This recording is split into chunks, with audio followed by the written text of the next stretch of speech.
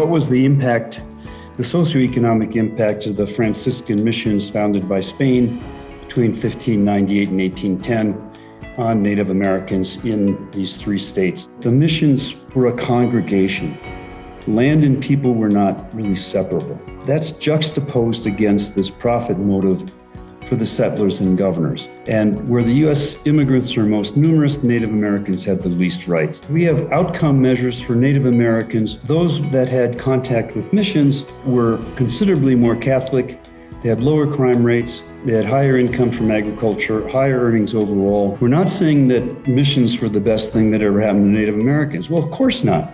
The point we are making is that after 1696, Catholicism became much more syncretic. So the modern literature identifies persistent effects as a result of federal land policies. And we think one source of considerable variation in state treatment is the terms of state trust lands in particular. Uncertainty in land title leads to less development in water in particular. Individual participants' economic incentives were strongly aligned with filing as soon as they had a viable claim to that water, because that would determine their rights in times of scarcity. These state trust lands, the specific institutional terms governing them, could have impeded development both directly as a function of relative prices, but additionally due to the political economic rent capture available at the state level. A lot of these state lands, or at least these 16 and 36 sections, were developed for irrigation, but they were less likely overall than sort of writ large the federal land or even the railroad lands that were available. Even if it wasn't developed for irrigation, much like Brian's results on homesteading, initial development might be bad for later developments.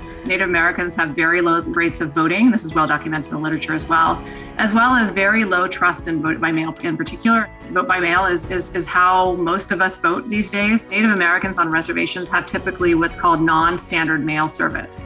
This means that if you want to receive or send letters, you need to go to the post office itself. Postal service was not determined by considerations of equity, but for economic services. In places where there is higher postal access on reservations, you do see higher vote by mail rates. You're talking very long travel distance for many people, really high cost of mail access for low-income individuals. And so many of them do not get mail on a regular basis. The mail is significantly slower and less reliable when you send it on a reservation. And so what we see then is that there's really differential access to mail based on whether you have a voting precinct that is on reservation versus off reservation. Inequitable access to mail services is a voting rights issue as we see it in the US.